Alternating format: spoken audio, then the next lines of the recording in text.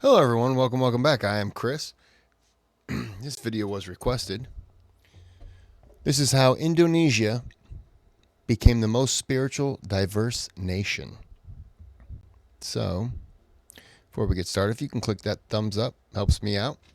You can subscribe to the channel, but if you like the content, don't just do it.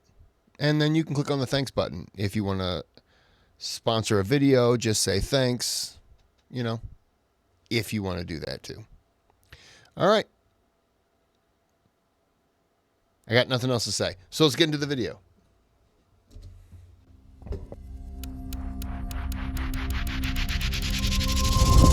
There are some countries where a lot of people identify as Christian, and there are some where the majority are Muslim.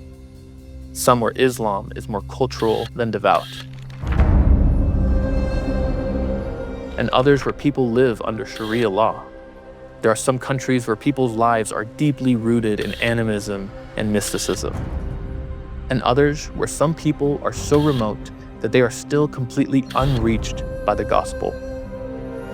But there's one certain country where all of these are true.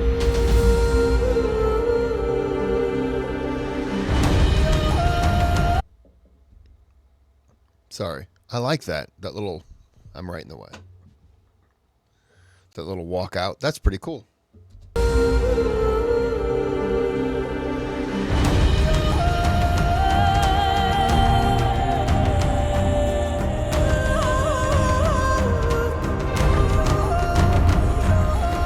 You might be wondering, how is that even possible? How can one country be a land of mosques and churches, of imams and missionaries, of devotion and nominalism, of materialism and mysticism? It's a country that's relatively reached and incredibly hard to reach at the same time. My name is Steven Morales, and I want to know how the most populous country in Southeast Asia, one that was originally mostly Hindu, came to have the most Muslims of any nation on earth. Like, how does that even happen? While also being home to millions of Christians and people from other religions. How did Indonesia become one of the most religiously diverse places in the world, and yet still today have millions of people unreached by the gospel?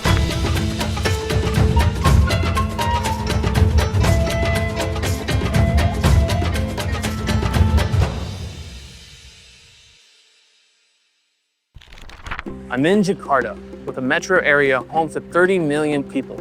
It's a massive city in a massive country. And I didn't realize this before I got here, but Indonesia is the fourth most populous country in the world, right after India, China, and the US. And if you want to get an idea of how big this city is, you just have to take a look at this mosque. This is Istiklal. Is that people outside? I'm kind of gauging the size of it. Wow. That's big.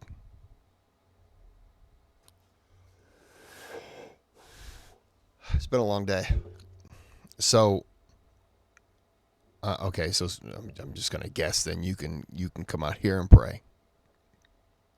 It's probably, I mean, if you can go in there and you see the size of the people, that holds a lot of people. I would say at least 30, 35 people tops. Yeah. That's pretty nice. This looks like a floor vent.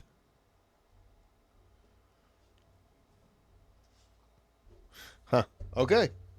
The Independence Mosque. It's one of the largest mosques in the world. It's 5 levels high with a complex that can hold at least 120,000 people. It was finished 5 levels high with a complex that can hold at least 120,000 people.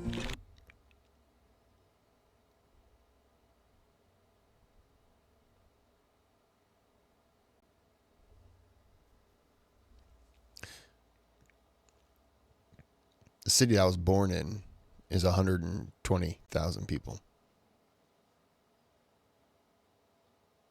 This can hold more people than the entire city that I was born in, Peoria, Illinois. and have room for 5,000 more.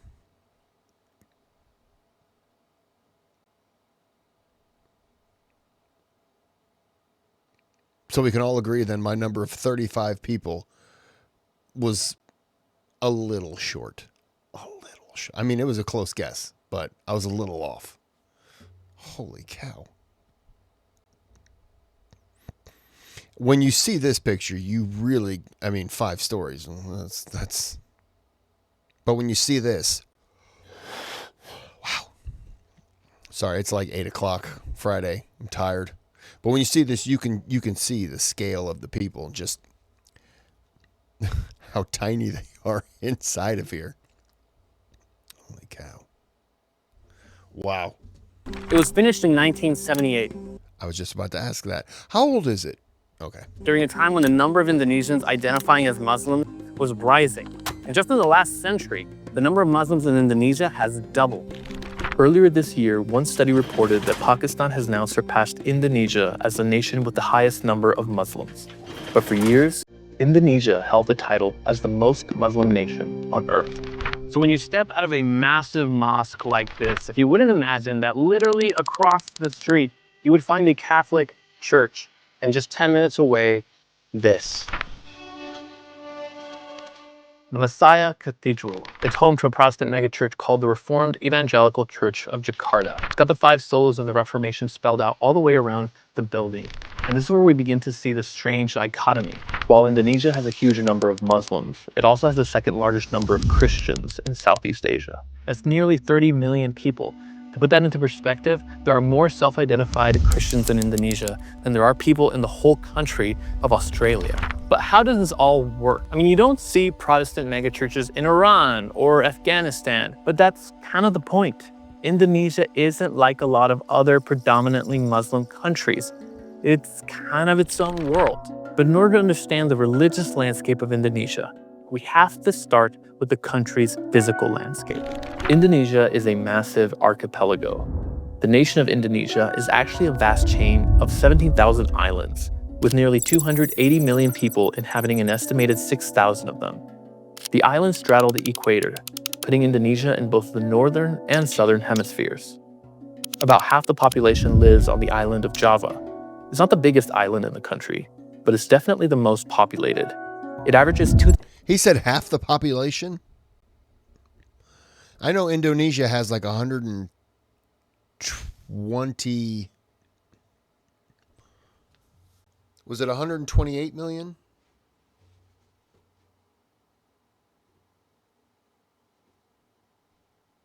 I don't remember. Sorry.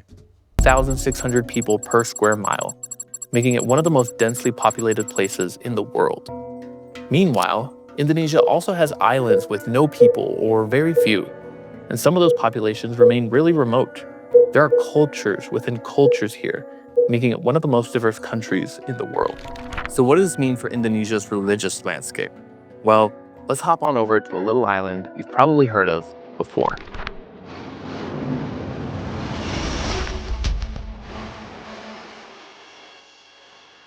Bali has become one of the top tourist destinations in the world. And this is what you'll see on Instagram. White sand beaches, turquoise water, the wildlife. But Bali is also an extremely religious place. Just not Muslim, but Christian. This is the Ulung Danu Beratan Temple. It's one of over 20,000 Hindu temples in Bali alone. And for centuries, Bali has been known as the island of the gods. But wait, I thought we were talking about Islam and Christianity. Well, we were, but this is Indonesia. So there's more to the story. And Bali takes us back even further into Indonesia's religious past. Before Islam or Christianity arrived, Indonesia was a Hindu kingdom. But even before that, Indonesians practiced forms of animism and indigenous religions. Those practices remain woven into the religious fabric of the country as Hindu and also Buddhist influence spread. By the 14th century, a new religion was on the horizon. Muslim traders arrived on the shores of Indonesia from other parts of Asia, and the long march of Islam began across the coastlands. When Muslim rulers began seeking control of some regions by force, some Hindus fled to the island of Bali as a safe haven.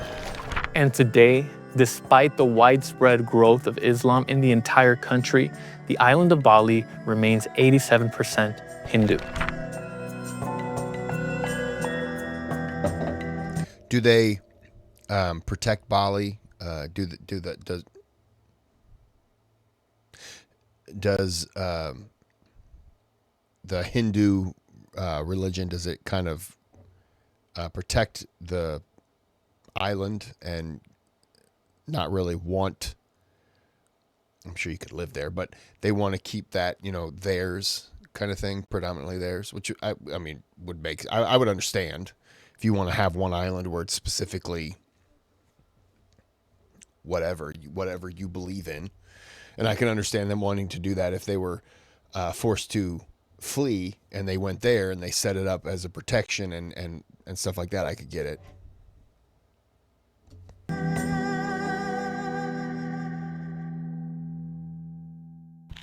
So Hinduism has been here from the beginning. Islam came in with force. We're starting to see now how this place is becoming a melting pot for religions. But when did Christianity arrive? In the 1500s, Catholic missionaries arrived as Portugal colonized Indonesia. Then, in 1605, the Netherlands defeated Portugal and expelled Catholic missionaries from Indonesia. This began a long period of Dutch colonization and a deep influence from the Dutch Reformed Church. German Lutherans arrived in the 1800s, but the biggest period of Christian growth came in the 20th century as many Protestant missionaries arrived. Significant numbers of people in a handful of regions embraced Christianity, including many people from Chinese backgrounds. And Chinese Christians remain a major segment of believers in Indonesia today. Still, the influence of Islam grew far larger than Christianity and became the dominant religion claimed by Indonesians by the end of the 20th century. Today, about 242 million Indonesians identify as Muslim in the fourth largest nation on earth. So you have something that completely unrelated, but I find it a little funny how they showed the video of the, all the Christians coming, and I don't want to really go back, but they showed them all going from like the U.S., hundreds. But the biggest period of Christian growth. Yeah, the biggest period of Christian growth, and it shows them coming from the U.S., right? And how today there is, in the U.S., there's such a freak out about anything Muslim coming into the country. Like, people freak out. And it's like, I think it's stupid because we already have Muslims in America. Spoiler if you didn't know. But we have Muslims in America. So why is it bad that Christians in America at that time could export their beliefs? But now some Muslims maybe want to export their beliefs and come to America to live, to whatever. Nope, can't have it. I find that kind of fascinating. How it's we can go there, we can teach you, but no, you can't come here. It's just so hypocritical. And that's not just America. Well, it is America right now when I'm talking about. But for a lot of the countries that maybe do the same thing or put up a little barrier to kind of prevent, not a real barrier, but a barrier to try to prevent the flow of a Muslim coming in because we can't allow that. And I've just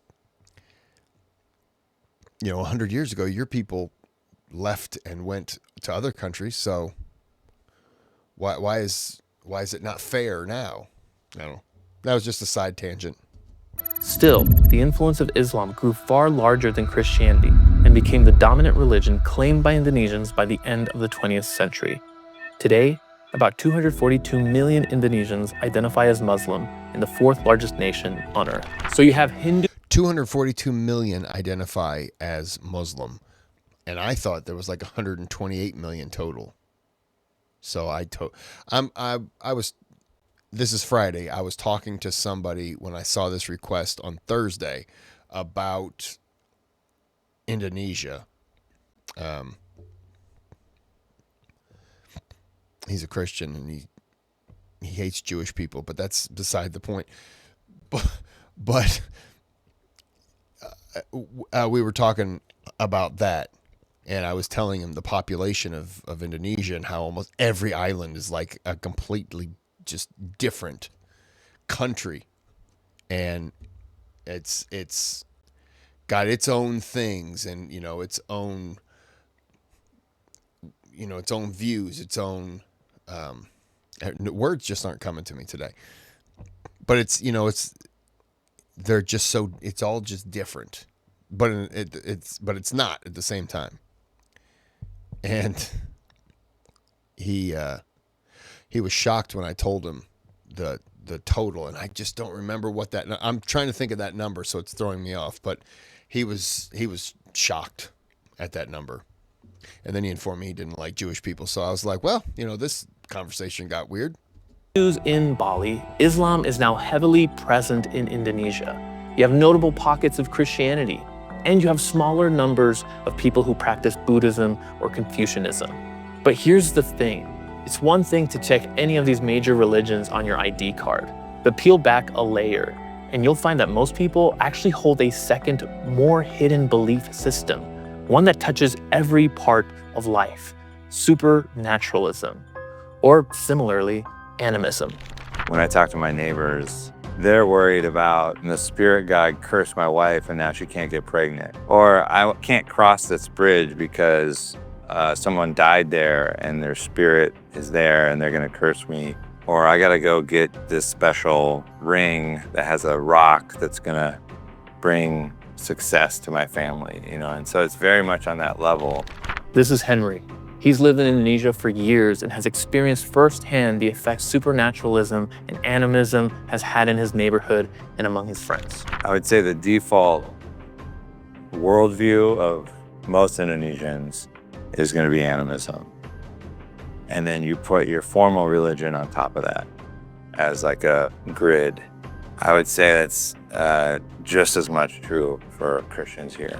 Indonesians see life infused with spiritual forces, and spirituality often sounds harmless, even comforting. In Indonesia, they describe the sense that the world is full of meaning and mystery as enchanted.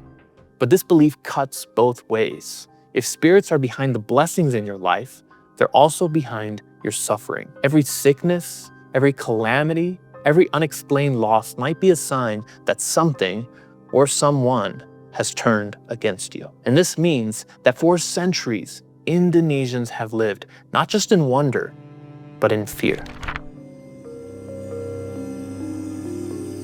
And the little boy asked, "Are you ready? Shall I wake the spirit of the mountain?" And the wind blew, and the sea rose, and the spirit appeared. Many lifetimes I have slumbered under the mountain. Now I wake, and they must learn what it is to earn the wrath of the spirit of the mountain. This historical drama gives you a picture of what people felt when tragedy struck. On August 26, 1883, Krakatoa erupted with unimaginable force, wiping out entire towns and killing over 36,000 people in less than 2 days. There are many stories about the mountain, about how the spirit of the mountain broke the land into pieces and sunk into the sea, and it was reborn out of the sea. And some people say how it will come again, to destroy. It was one of the deadliest natural disasters in human history. But this isn't just a story from the past. Indonesia still suffers disaster after disaster. And in every generation, the same haunting questions rise. What have we done to deserve this? Why are the spirits angry with us? And will they do it again?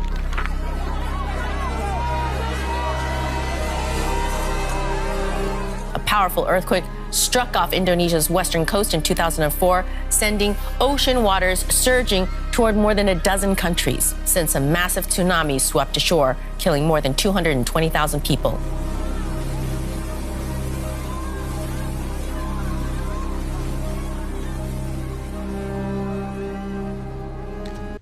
I remember that. I still remember that. Man. Yeah, that was devastating.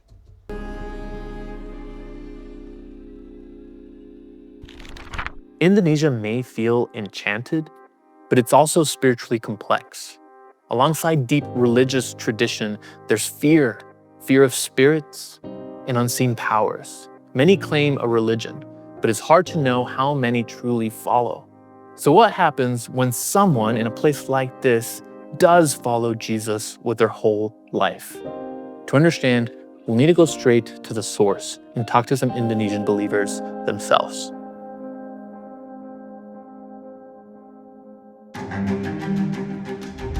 In Indonesia, religion is required. But true belief, well, that's optional. It says Christian in your KTP card and your ID card, but they haven't really encountered a saving relationship with Christ, although they did grow up in a churchy environment. Unity among different religions is the law. And sharing your faith can mean risking everything. People get upset, not necessarily because you're imposing your worldview on them. It feels like you're betraying this thing, this glue that's kept us all together. So what happens when faith is just a box you check and the truth becomes a threat?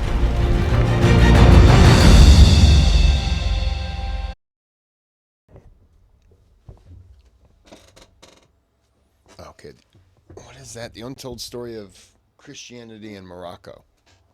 That'd be interesting. Okay. Well, this video was requested. If there's a part 2, is that it? Inside the lives of the persecuted Christians in Indonesia? That's got to be part 2, right? Yeah, I'll do that. Kind of feels like if you're going to start part 1, finish part 2. I don't want to just kind of leave it hanging.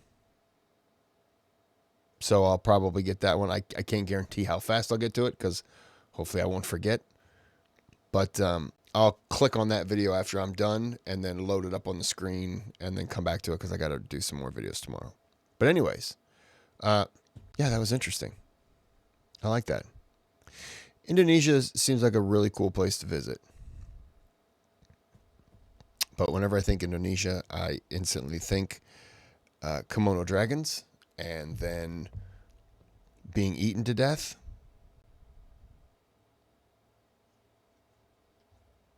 I mean, that doesn't seem fun, you know? It's like swimming in the ocean, and then you think, I'm going to be attacked by a shark. Then swimming in the ocean doesn't seem fun. Oh, just the idea. Okay. We're going to end this here. I hope you enjoyed. Until next time, have a good day, have a good night.